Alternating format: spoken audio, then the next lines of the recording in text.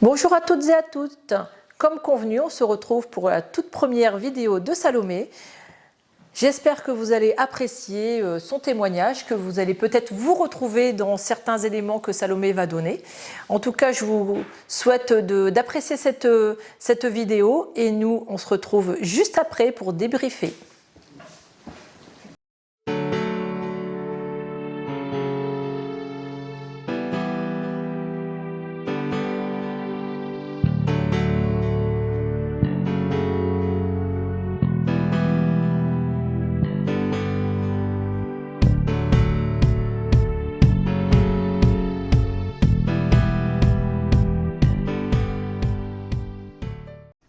Bonjour tout le monde, je m'appelle Salomé, j'ai 50 ans et j'ai perdu mon fils Costa ce 4 janvier 2023. Donc je vais vous expliquer un petit peu le parcours pour arriver à Sylvie qu'il a mis en place. Donc le 4 janvier je perds mon Costa, je peux enfin le voir le 6 janvier aux pompes, forcément je rentre dévastée, je pleure toutes les larmes de mon corps, mais la première chose que je tape, c'est Medium Bruxelles. Et puis je me dis non Salomé, tu vas pas commencer avec ça, tu vas devenir dingue si tu rentres dans ce jeu-là. Et puis sachant qu'il y a tellement de charlatans et que ça doit vraiment être crédible pour moi si je dois passer à l'acte. Donc, et pendant que je pleure toutes les larmes de mon corps, je sens une main se poser entre mes deux omoplates avec une délicatesse. Et déjà, ça calme un peu mes sanglots. Et je sens en moi un amour démarrer d'ici et grandir comme une tache grande d'encre dans mon corps, mais un truc de fou que j'ai jamais ressenti avant. Et tu sens vraiment que c'est un amour d'une puissance, tu peux pas dire tellement c'est puissant, c'est fort, ça n'existe pas ici sur Terre, quoi. Donc déjà ça me calme. Alors vient ensuite, il faut commencer à penser à plein de choses. On doit vider la part de Costa, l'enterrement, patati patata, tout ça se fait, très compliqué, toujours en larmes. À savoir que les 3 premiers mois, pour moi, c'était je règle ces histoires et je me coupe les peines. Je le rejoins. Donc vient le mois de mars, fin mars, j'ai une amie Facebook, mais que je connais aussi via mon parcours professionnel, qui me rajoute dans le groupe de Sylvie Morin.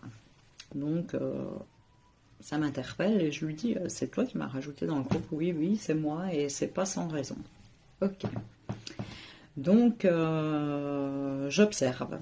J'observe, je n'agis pas, je regarde, je suis très émue et impressionnée de ce que je vois.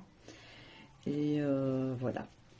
Alors, début avril, je tombe en scrollant sur Facebook, un truc publicité, cartomancie, le truc que j'ai dit que je ferais jamais.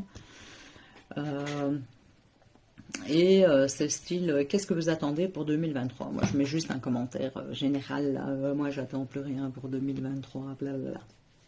Donc, le lendemain, j'ai un message qui dit, donnez-moi votre nom, prénom. Puis je dis non, ça m'intéresse pas. Comme j'ai dit, j'attends plus rien. Mais qu'est-ce qui se passe? J'ai perdu mon fils. Donnez-moi son nom, sa date de naissance. Je lui donne, je me dis, vas-y, donne, au point où t'en es. De toute façon, t'as plus rien à perdre. Je lui donne, alors elle me dit je sens qu'il est en souffrance et tourmenté. Déjà dire ça à une mère, waouh.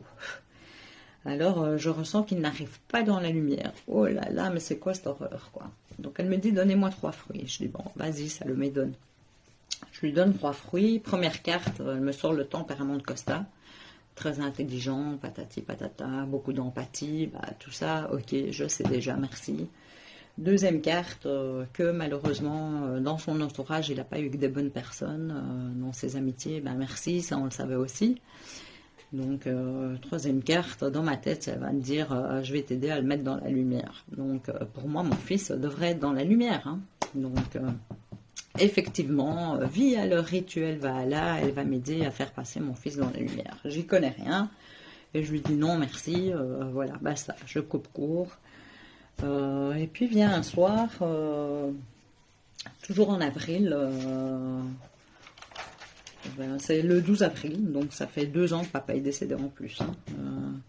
Et je scroll, je scroll, et je tombe sur une vidéo en pleine nuit sur une histoire d'une fille qui a survécu aux attentats, résilience, que j'avais perdue. Puis je dis, bah, c'est Costa ou quoi? J'ai eu ce ressenti, c'est Costa ou quoi?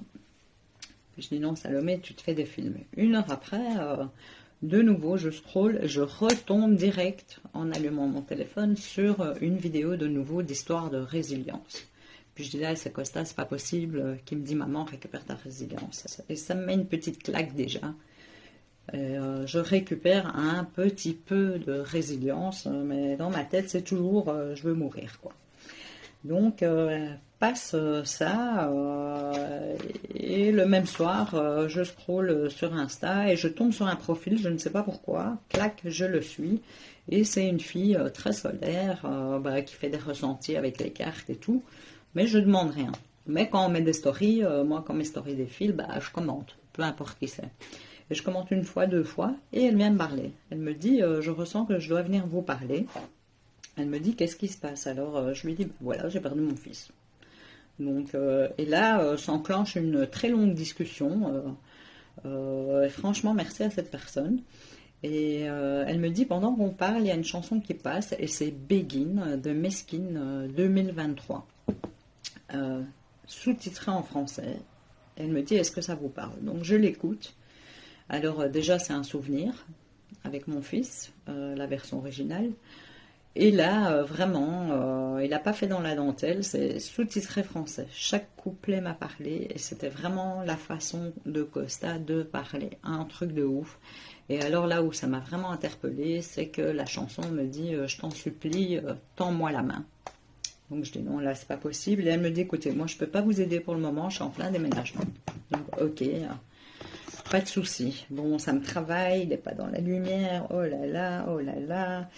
Et puis voilà, donc tout ça se passe, j'observe toujours dans le groupe, mais je dis, je dois quand même écrire à Sylvie. Donc le 14, je me décide, j'écris à Sylvie, qui me répond le 16, et le 19, on a rendez-vous. Et donc elle me dit... alors ça, c'était extraordinaire et merci à Sylvie car j'ai vraiment récupéré ma résilience grâce à cette entrevue et ça m'a soulagée vraiment en fait parce que j'ai vraiment reconnu Costa et puis pas que Costa. Son père est passé par là, à savoir que le papa de Costa est décédé quand Costa avait 3 ans. Donc voilà.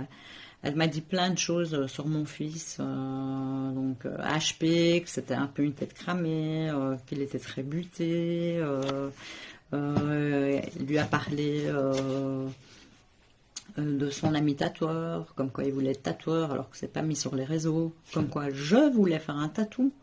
Ça, qui le sait à part moi Enfin, il lui a parlé un peu de lui, un peu de moi, d'un tas de choses, qu'il était libre, ah oui, et qu'il a chié, mais qu'il y est arrivé dans la lumière. Donc, c'était vraiment vrai, en fait. Et aussi qu'il voulait que je vive. Et alors, ce symbole de vie, pour moi, maintenant, mon symbole, c'est l'arbre de vie. Hein. Depuis, vous allez comprendre pourquoi. Donc, et depuis, je n'ai que des signes, mais de fous, comme des cœurs en pierre, ces 3 petits cœurs que j'ai trouvés à des jours différents, à des endroits différents, vraiment des plumes et des belles, parce que... les trucs cracra, il sait que sa maman va pas les ramasser. Vraiment, il a compris que ça devait être crédible pour que je contacte Sylvie. Et là, via cette chanson, franchement, si là, t'as pas compris, vraiment, c'est triste. Et alors aussi, le lendemain, après notre entrevue avec Sylvie, je vais déposer de la paperasse en ville. Et bien dans ma tête, je vais passer à la FNAC. Je ne sais pas pourquoi. va à la FNAC. Je vais à la FNAC, j'arrive et mes yeux direct se posent sur cette étagère où étaient les livres.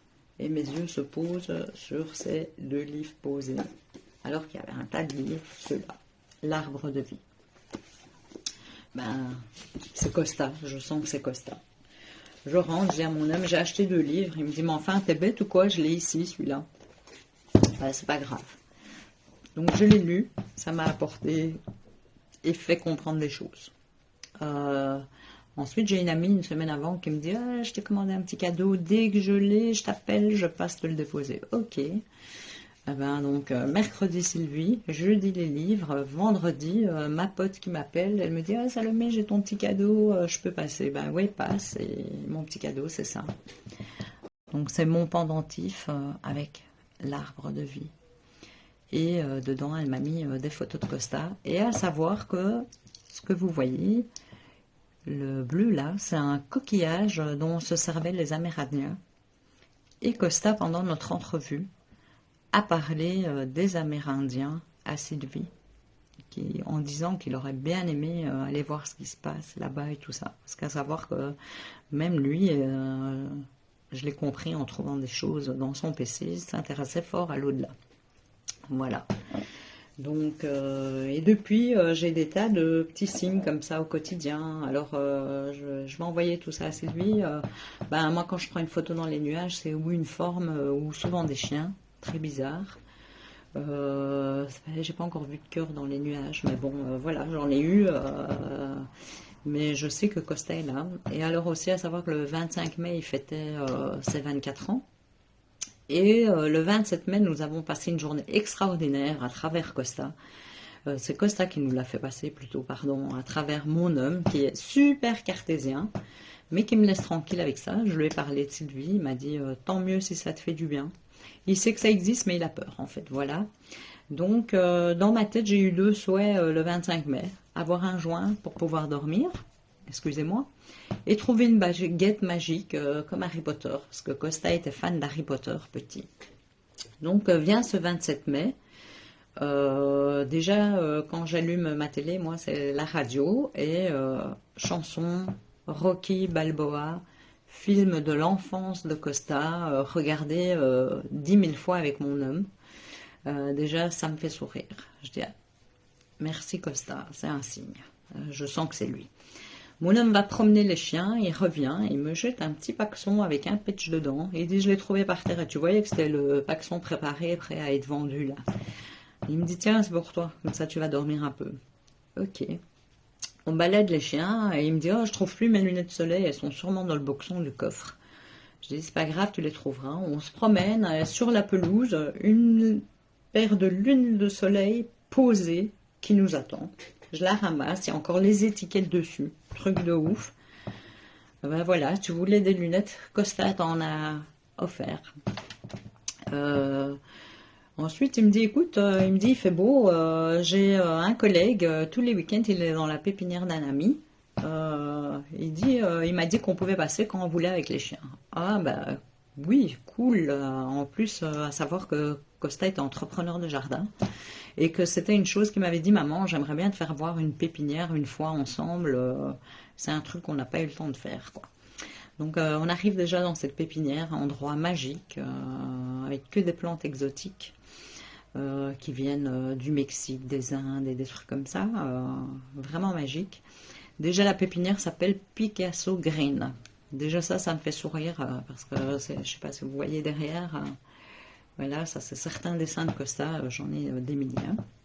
Donc je me promène parce qu'il a un coin comme ça où il a des objets qui ramènent des Indes, du Pérou, Polynésie, machin. Et en me baladant, hop, je fais une marche arrière parce que je vois ma baguette magique. Je dis à mon homme, je pars pas d'ici sans ça. Donc voilà, merci Costa. Et puis on a passé une journée vraiment extraordinaire. Je me suis baladée dans cette pépinière des heures, des heures. J'ai senti que Costa était avec moi. Et il a même choisi sa plante pour sa pierre. Donc je suis tombée amoureuse, là j'ai eu un coup de foudre et c'est Costa qui est venu vraiment comme une image devant moi. Ben, forcément je suis retournée, je l'ai prise et je vais la mettre au cimetière pour Costa. Mais enfin, depuis, vraiment, ce contact avec Sylvie, ça a changé ma vie. Ça m'a vraiment redonné ma résilience. Ça ne m'empêche pas de pleurer et de souffrir. Mais je gère, maintenant, je gère. Disons que maintenant, je suis digne de mon fils. Et je suis comme il aurait aimé. Oui, je pleure. Oui, il m'arrive encore de crier. Oui, j'ai très très mal. Et ça, je crois que ce sera jusqu'au jour où je le retrouverai. Mais oui, j'ai compris que je dois attendre mon heure. Voilà, et que c'est très important. Et nos défunts nous accompagnent. Ils sont là. Par moments, on les sent moins, c'est clair. Mais je sais qu'ils sont là et je remercie Sylvie. Je remercie vraiment Sylvie. Je remercie le groupe qu'elle a créé. C'est un truc vraiment apaisant pour les gens, dans mon cas. Ça fait du bien, on se sent compris parce que même vos plus proches, tous ne vous comprennent pas. Il y a ceux qui vous soutiennent, il y a ceux qui disparaissent et il y a les autres, quoi. Donc voilà. Donc, mais merci vraiment à Sylvie pour ce moment magique avec Costa. Ça a été vraiment extraordinaire. Ça a été un grand changement pour moi. Ça me permet d'avancer au quotidien. Costa se présente dans ses lives quand je lui demande. Le 14 mai, par exemple, il y avait un live, j'ai pas dit à Costa passe. Ben, il n'est pas passé. Hein. Il a mieux à faire. Le 21 mai, c'était la Sainte Costa chez nous les Grecs. Ben, il est passé. Je lui ai demandé de passer, il est passé. Le 10 juillet, je lui ai demandé de passer, il est passé. Voilà. Et puis aussi, à la fin de notre entrevue, il dit voilà, j'ai pas beaucoup de sous et il sort de sa poche 2 pièces qu'il montre à Sylvie. Bah, je souris. Et alors il me dit, elle me dit, c'est la première fois qu'un défunt veut me payer, quoi. Hein. Ouais, parce que c'est un petit rigolo en plus, mon fils, hein, à savoir. Ben oui, je lui ai mis 2 pièces de 2 euros parce que chez nous, la coutume, c'est tu mets des pièces pour le passeur. Donc j'avais mis 2 pièces de 2 euros à Costa.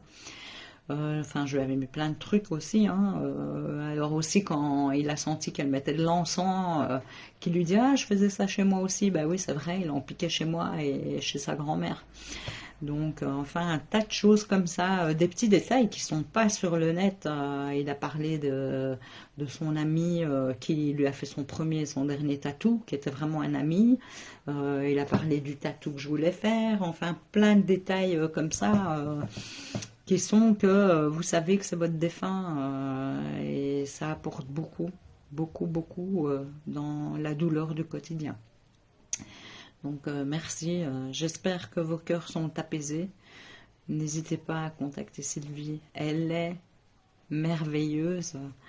Et voilà, moi, c'est vraiment ça qui m'a sauvée et qui fait que je tiens, avec mes hauts et mes bas, mais je tiens. Je vous embrasse tous très fort.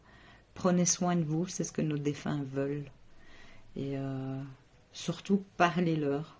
Demandez vos signes et vous en aurez. Même moi, parfois, je suis sûre que j'en loupe. Hein. Donc, mais vraiment, merci Sylvie. Merci aux gens et aux personnes comme toi d'exister. Merci. J'espère que vous avez apprécié la vidéo. On se retrouve comme convenu pour débriefer.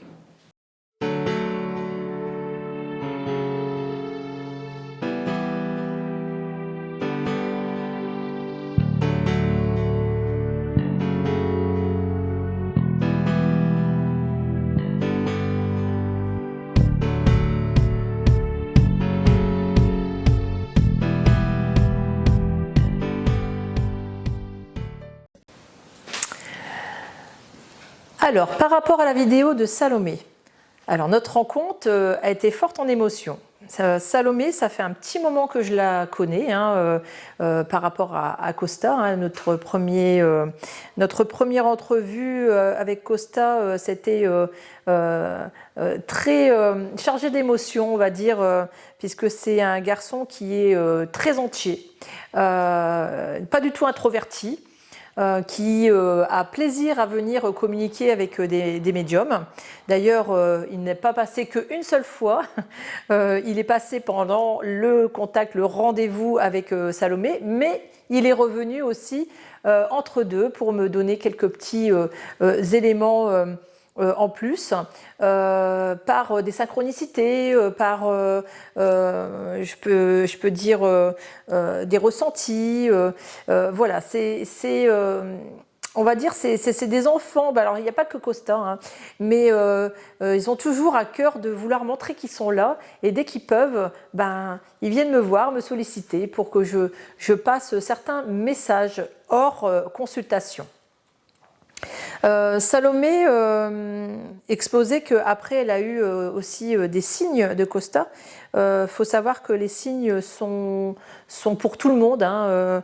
Après un deuil, après qu'une personne de chair nous a quittés, ils ont à cœur de nous faire des signes, des synchronicités, des manifestations. Quand je dis manifestation, c'est aussi de jouer avec l'électricité dans la maison.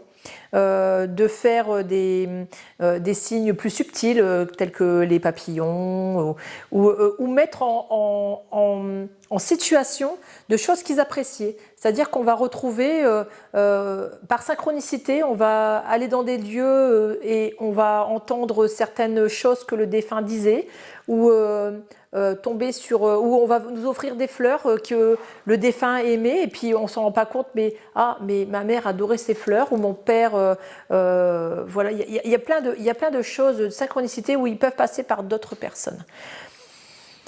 Voilà, en tout cas, j'espère que le témoignage de Salomé vous a, on va dire, interpellé, a résonné quelque chose en vous.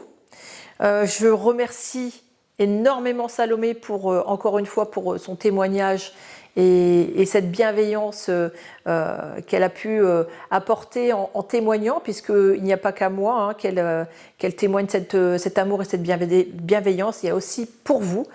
Donc je la remercie énormément et puis moi je vous dis à très bientôt.